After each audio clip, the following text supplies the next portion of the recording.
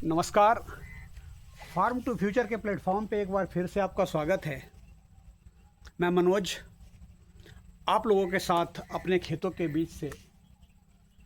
किसान भाइयों, जैसा कि आप लोग देख पा रहे हैं, इस समय खेतों में धान की फसल और उसकी अवस्था क्या है।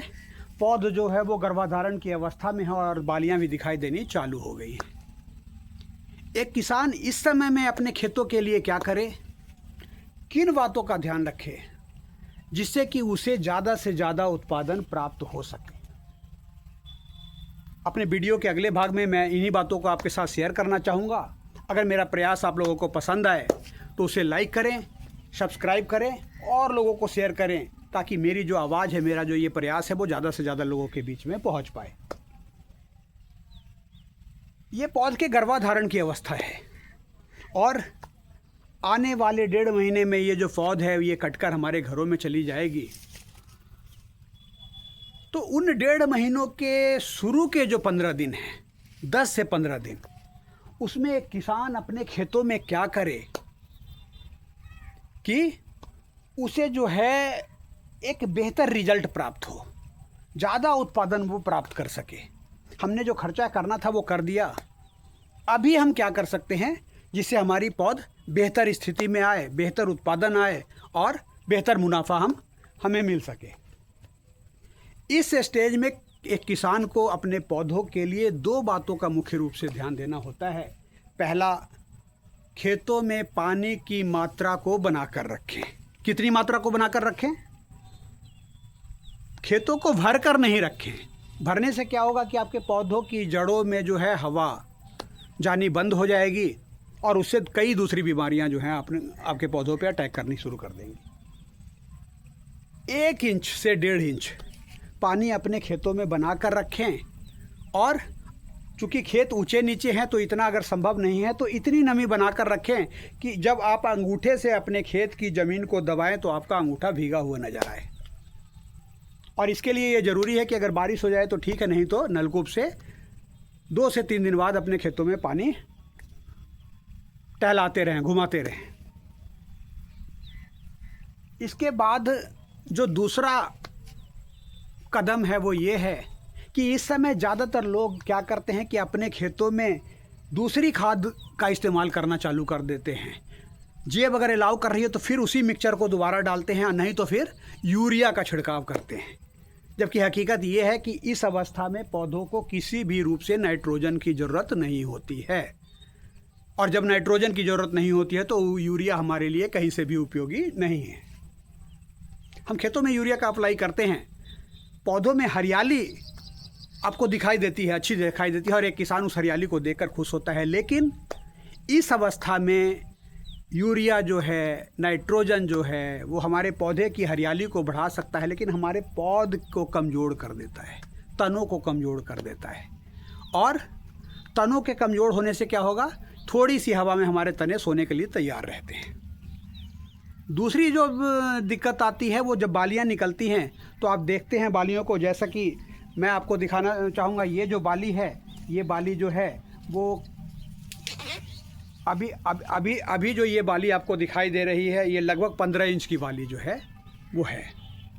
और इन 15 इंच में मात्र ½ इंच जो है वो नीचे से, ½ इंच का जो है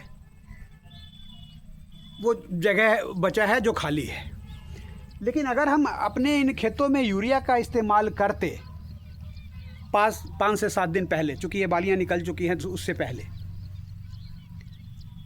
और दूसरे खेत हैं वहाँ पे बालियाँ नहीं निकली हैं, वो गर्भाधारण की अवस्था में है, वहाँ पे हम वो कर सकते हैं। लेकिन अगर उन खेतों में हम यूरिया का इस्तेमाल करें तो ये जो गैप जो है ये 2 से 3 इंच का गैप हो जाएगा। और 3 इंच का गैप होने के कारण क्या है कि इसका उत्पादन पे बहुत बड़ा प्रभाव पड़ेगा। अब इन खेतों में किस प्रकार के उर्वरक का इस्तेमाल कर सकता है किसान? अभी इन पौधों को पोटास की ज़रूरत है, सल्फ़र की ज़रूरत है, बोरोन की ज़रूरत है। और इन चीज़ों का काम क्या है, ये आपके पौधे की बालियों को लंबा करते हैं, तनों को मजबूत करेंगे, दानों की वजन को बढ़ाएंगे और ये जो गैप है इसको कम करेंगे। और इन तीनों चीज़ों को हम एक साथ मात्र 200 रुपये के खर्च में अपने खेतों में अप्लाई कर सकते हैं। यहाँ पे हमें करना क्या है, हम एक फोलियर स्प्रे के रूप में 05234 प्लस बोरोन का स्प्रे अगर हम अपने खेतों में करवाएं तो उसका जो खर्चा है वो 200 रुपये का आता है 1 बीघे का, सॉरी 1 एकड़ का। 1 एकड़ का खर्चा 200 रुपये का आता है। और अगर हम इस स्प्रे को ले लेते हैं अपने खेतों में तो निश्चित रूप से आपका जो उत्पादन है उस पे 10 से 15% का उत्पादन आपका बढ़ जाता है। तो इतने कम खर्च में अगर हम लास्ट टाइम में अपने उपज के उत्पादन को 10 से 15% इंक्रीज कर सकते हैं तो इससे सुनहरा अवसर एक किसान के पास दूसरा नहीं होता है खेती बाड़ी में। तो इस चीज़ से कोई भी किसान चूके ना। और वो उसका जो समय है वो मात्र गाँव की स्थिति में या इक्का दुक्का बालियाँ जो खेतों में नज़र आनी चालू हो जाती हैं उस स्थिति में।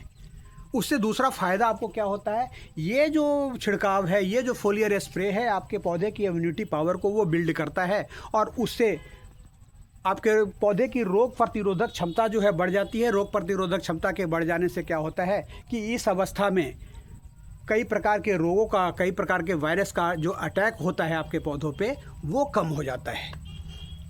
उस तरह की बीमारियां आपके पौधों को नहीं छू पाती हैं और अगर छूती भी हैं तो काफ़ी कम मात्रा में, आपको काफ़ी कम नुकसान नज़र आएगा।